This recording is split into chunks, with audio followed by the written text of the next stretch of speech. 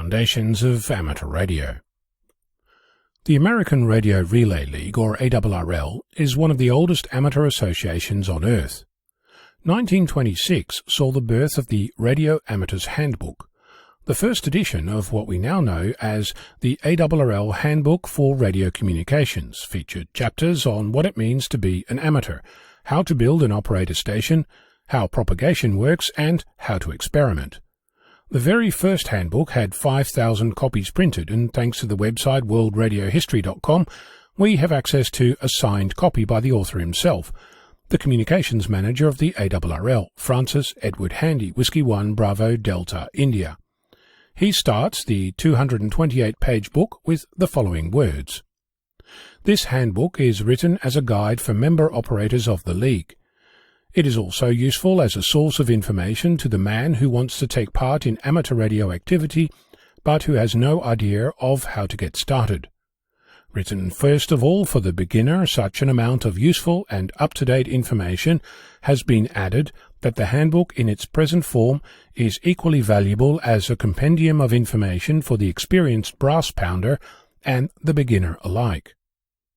The first edition doesn't show a cover price, but the third edition, published a year later, shows a charge of $1. The 2022, or 99th edition, has nearly 6 times as many pages, 1,280 of them. It costs 10 times as much per page and sells for nearly 50 times as much, at $49.95. The current handbook features topics such as radio electronics theory and principles, circuit design and equipment, as well as articles and projects that include 3D printing, portable battery selection, safe antenna and tower work practices, and comes in a variety of formats, including electronic and box sets. I'm giving this background to give you a sense of how things have evolved in the past century. For example, one thing that the very first edition didn't have was a page called the Amateur's Code. The oldest copy I found appears in the 1927 or 3rd edition. If you're familiar with the words, you're in for a treat. If not, sit back and imagine it's 1927, or 1923, more on that in a moment. The Amateur's Code. 1. The amateur is gentlemanly. He never knowingly uses the air for his own amusement in such a way as to lessen the pleasure of others. He abides by the pledges given by the ARRL in his behalf to the public and the government. 2. The amateur is loyal. He owes his amateur radio to the American Radio Relay League, and he offers it his unswerving loyalty. 3. The amateur is progressive. He keeps his station abreast of science. It is built well and efficiently. His operating practice is clean and regular. 4. The amateur is friendly, slow and patient sending when requested, friendly advice and counsel to the beginner, kindly assistance and cooperation for the broadcast listener. These are the marks of the amateur spirit. 5. The amateur is balanced. Radio is his hobby. He never allows it to interfere with any of the duties he owes to his home, his job, his school, or his community. 6. The amateur is patriotic. His knowledge and his station are always ready for the service of his country and his community. This version is credited to Paul M. Segal, 9 Echo Echo Alpha, Director, Rocky Mountain Division, ARRL. The code appears on page 9 of the 1927 edition of the handbook. It uses Roman numerals to identify each point. The title is beautifully rendered with the Old English typeface, and is shown inside a rectangle on a page on its own. Over the next 45 years, the text stays the same. There are changes like colons to semicolons, an additional comma, and the evolution from Roman numerals to modern numbers, and then written numbers, and finally the removal of the numbers entirely. At one point, the title is changed from Amateur's Code to Our Code, but that only lasts for one edition.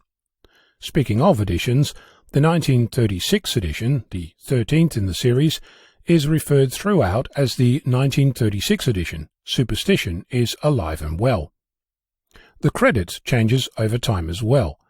In 1929, Paul's call sign is changed from 9 Echo Echo Alpha to Whiskey 9 Echo Echo Alpha. In 1943, we see a once-off credit appear. It states that the code was written in 1923 by Lieutenant Commander Paul M. Segal, General Counsel of ARRL. It's the only credit that shows a different year from any of the other references, which all point at 1928 as the original year, which is what the ARRL uses today. Interestingly, we have a copy of the Handbook from 1927 that features the code, so it's entirely possible that 1923 is actually correct, and it's not hard to imagine that a poorly printed 3 looks like the remains of the number 8. To add to this, there's a 1944 FCC report to the President of the United States of America that contains a reference to Lieutenant Commander Paul M. Segal, the radio industry attorney. In addition, there's an announcement in the New York Times dated 25 May 1968, with the headline, Paul M. Segal is dead at 68, expert in communications law.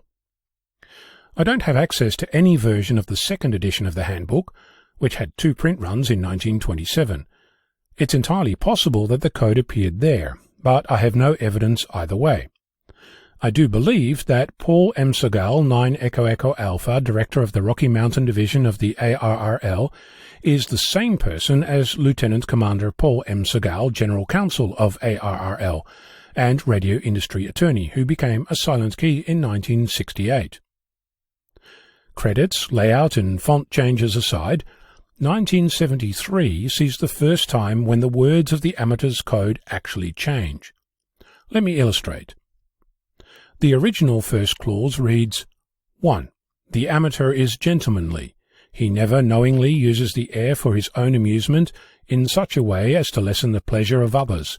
He abides by the pledges given by the ARRL in his behalf to the public and the government. In 1973, that's changed to 1. The amateur is considerate. He never knowingly uses the air in such a way as to lessen the pleasure of others. The first 4 clauses are modified to greater and lesser degree. Clause 5 and 6 stay the same. Today, the ARRL website shows the first clause as, the radio amateur is considerate. He, she never knowingly operates in such a way as to lessen the pleasure of others. And the credit reads, adapted from the original amateur's code written by Paul M. Segal, Whiskey 9 Echo Echo Alpha in 1928. It's noteworthy that going back to the original text, the very first clause encourages the amateur to be gentlemanly, something which we can relate to in terms of being respectful, polite, and civil. It's also clear that the amateur's code is a living document and has been moving with the times. I think that we as a community have the opportunity to participate in another review, and I will investigate and share with you some of my thoughts on the matter. I think that it is important that we have a code of conduct that reflects our values, and at present the best starting point we have is the Amateur's Code. I'm Ono, Victor Kilo 6, Foxtrot Lima, Alpha Bravo.